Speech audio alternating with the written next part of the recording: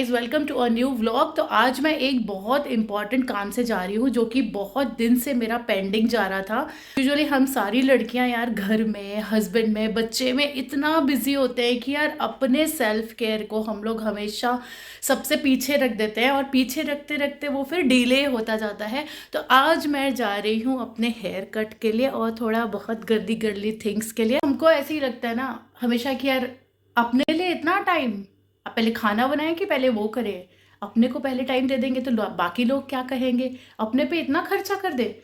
ये सब हम सोचते रहते हैं गाइस, बट हम ये नहीं सोचते कि जब तक हम खुश नहीं रहेंगे, जब तक हम फिट नहीं रहेंगे, तब तक हम दूसरे की फिटनेस के लिए ट्राई कैसे कर सकते हैं, राइट। कि जो सेल्फ केयर होती है ना, ये लग्जरी नहीं होती है या किसी का एहसान नहीं होता कि जाओ सिमरन जी लो अपनी ज़िंदगी। ऐसा कुछ नहीं है। ये एक मेंटल और फिजिकल एक तरह से नीड हो जाती है हमारी, और ख़ास करके एक एज के बाद अपनी सेल्फ केयर बहुत एक नीडफुल चीज़ हो जाती है। तो इसको कभी भी आप अपने को प्रायोरिटी देना नहीं छोड़ना चाहिए। मेरे से भी ऐसा होता है, जैसे अभी मैं नहीं मन हो रहा है मेरा बहुत कहीं जाने का, फिर भी मैं खुद को पुश कर रही हूँ कि मैं अपने पुराने लाइफस्टाइल में वापस आऊँ जल्दी से जल्दी, क्योंकि मेरे काम भी ढीले ढीले हो रहे हैं, फिर काम भी स्लो स्लो हो रहे हैं। जब खुद को कॉन्फिडेंस नहीं फील होता है ना, अब गुड लुक से क्या होगा? गुड लुक से of course we don't have to impress anyone, है ना। अच्छे हेयर से, अच्छे स्किन से it will boost our confidence. मेरा कॉन्फिडेंस खुद का बढ़ेगा उससे। चीज़ें जो मैं स्लो स्लो कर रही हूँ वो फिर से वैसे ही ट्रैक पे शायद आ जाएं। इसलिए self care is very important and you should never ignore it, and it's not a luxury, it's a basic necessity, basic need. So अपने को प्रायोरिटी देना कोई सेल्फिशनेस नहीं है, ये स्ट्रेंथ है गर्ल्स। एंड मी टाइम का मतलब ज़रूरी नहीं है कि आप हज़ारों रुपए खर्च करो तभी वो मी टाइम होता है। आपके अपने वेज भी हो सकते हैं अपने को पैम्पर करने के। डिजलिंग गाइस काफ़ी हो रही है, बारिश हो रही है और मैं थोड़ी सी लेट हो गई हूँ। एक्चुअली लेट नहीं हो गई हूँ, बिल्कुल टाइम पे चल रही हूँ, बट यहाँ पे 2 भी मिनट लेट पहुँचे तो वो खुद से ही अपॉइंटमेंट कैंसिल कर देते हैं, चाहे जितना महंगा सर्विस आपने बुक किया हो। अगर 2 मिनट भी लेट हुए तो सर्विस कैंसिल।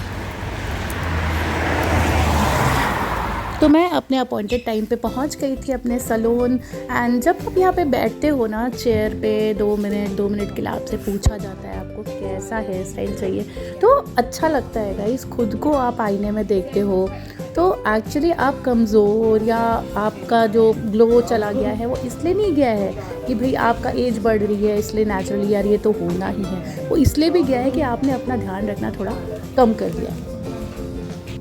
तो मेरा हेयर कट हो गया था। आज मुझे कोई स्टाइलिंग चेंज नहीं करनी थी, बट हल्की सी ट्रिमिंग करानी थी। तो गाइस दिन के 1 बजे आप देख सकते हो मौसम कैसा हो रहा है आज। उसके बाद मैंने निकाला है कैश, क्योंकि अब नेक्स्ट मैं जो जाने वाली हूँ जहाँ पे वहाँ पे कार्ड नहीं चलेगा। एंड बस ऐसे ही चल रहा है, सेल्फ केयर अभियान पे निकली हूँ मैं। तो यहाँ का काम भी हो गया था। फिर मैं सोच रही थी आज नेल्स भी करा लूँ, क्योंकि आज कुछ स्पेशल दिन है, आज मुझे कुछ मना नहीं किया जाएगा, बट फिर मैंने प्लान ड्रॉप कर दिया। आप देखो कुछ तो थोड़ा बहुत चेंज दिखेगा हेयर्स में, बट ज़्यादा नहीं दिखेगा, क्योंकि मुझे हेयर्स थोड़े से मेरे पिछले 2-3 बार से ना बहुत ड्राई हो गए थे। तो अभी मैं ज़्यादा कुछ एक्सपेरिमेंट बालों के साथ नहीं कर रही हूँ, नेचुरल रख रही हूँ। बट हाँ, बेसिक हेयर कट और ग्रूमिंग करना तो इंपॉर्टेंट होता है यार, खुद को अच्छा लगता है। एंड उसके बाद मैं सोच रही थी नेल्स कराऊँ, बट 2-3 रीज़न थे नेल्स नहीं कराने के। एक तो यार यहाँ पे हल्के से भी बाल कटाने के लिए जाओ ना तो वो प्रॉपर पहले बाल को धोएंगे, फिर कंडीशनर करेंगे, फिर एक एक बाल को चेक करके काटेंगे, फिर उनकी सीनियर देखने आती हैं, फिर वो ओके करके हमें भेजते हैं। तो उसमें करीबन 1-1.5 घंटा तो लग गया। तो फिर से नेल्स में 1-1.5 घंटे बैठने का मेरा मन नहीं था। अच्छा, अब आ जाते हैं मेन बात पे कि कॉस्ट ऑफ हेयर कट कितनी होती है यूके में। मैंने पहले भी एक वीडियो बनाया था। तो हेयर कट की अगर बात करें तो यूके में minimum cost of haircut आप देखोगे तो मिनिमम से मिनिमम मतलब बाल छूने के भी वो 11 पाउंड से कम कहीं मैंने आज तक नहीं देखा। 11 पाउंड यानी कि 1400-1450 रुपये मिनिमम, सिर्फ सिंपल हेयर कट के, बच्चे बूढ़े जवान जो भी हो सबके।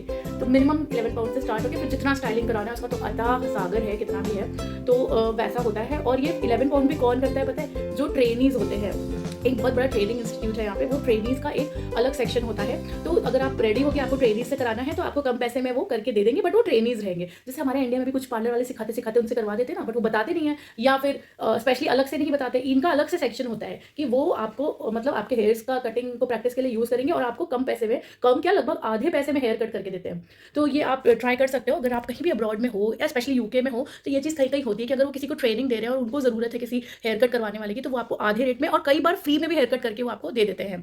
और रही बात बाकी चीज़ों की, जैसे कि बेसिक फेशियल हेयर्स की बात लो अगर, तो आईब्रो की बात लो, तो आईब्रो यहाँ पे शुरू होती है बेसिक 6 पाउंड से। 6 पाउंड यानी कि अभी अगर 110 रुपये या अप्रॉक्सीमेटली कितना भी चल रहा हो तो आप अंदाज़ा लगा सकते हो 600 साढ़े 600 रुपये यहाँ पे लगता ही है आईब्रो बनवाने, और उससे ज़्यादा ही होगा, उससे कम तो मुश्किल ही है कि कहीं हो यहाँ पे।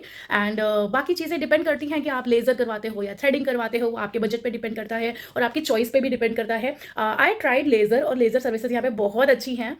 यस, अच्छी लगी मुझे लेज़र सर्विसेज, बट कॉस्टली हैं, तो फिर मैं कंटिन्यू नहीं कर पाई। आज का मेरा ग्रूमिंग डे का, उसके बाद भाई मेरी बेटी ने मुझे याद दिलाया, मम्मी तुम कितना अच्छा केक बनाती थी, सब बनाती थी, तुम्हें क्या हो गया, तुम भूल गई हो क्या? तो इससे याद आया यार, मतलब ग्रूमिंग है ना, आप पार्लर गए, थोड़ा बहुत आपने खर्चा किया, आप आ गए, आपके दिल को तसल्ली मिली, मजा आई, पैम्पर हुए आप। उसके बाद यार कुछ हॉबीज भी होती है ना इंसान की, जैसे चॉकलेट मेकिंग, बेकिंग, जो रोज के मर्रा के खाने से अलग जो हॉबीज होती हैं, वो भी हमें एकदम से ना कभी कभी हम बिल्कुल छोड़ ही देते हैं, बहुत बहुत सालों दिनों तक नहीं करते। तो आज मेरी बच्ची ने बोला मम्मी आप इतना अच्छा केक बनाते हो, आज कुछ स्पेशल डे भी है, तो आप वो केक ट्राई करना बनाने का। तो आज मैं वो केक बनाने वाली हूँ।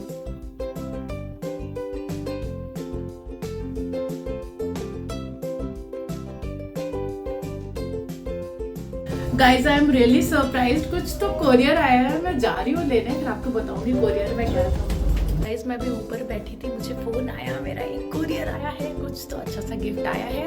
आज का ब्लॉग थोड़ा लंबा हो रहा है, इसलिए मैं कल आपको ज़रूर बताऊंगी कि आज गिफ्ट में क्या आया है और किसने मेरे लिए गिफ्ट मंगाया है।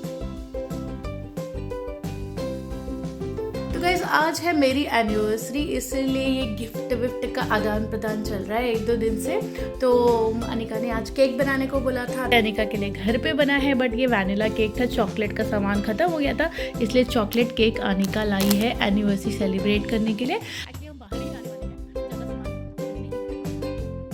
आज थोड़ा हम लोग सेलिब्रेट करते हैं और डिनर पे जा रहे हैं। आपसे मिलूंगी अपने नेक्स्ट व्लॉग में, यानी कि कल। अनिका के पापा अभी भी मीटिंग में बिजी हैं, जैसे ही वो फ्री होंगे विल गो ऑन डिनर, और आपसे शेयर करूंगी नेक्स्ट व्लॉग में कि कल क्या क्या हुआ। गाइस अगर आपने चैनल को सब्सक्राइब नहीं किया है तो please subscribe the channel and like. Yes, thank you.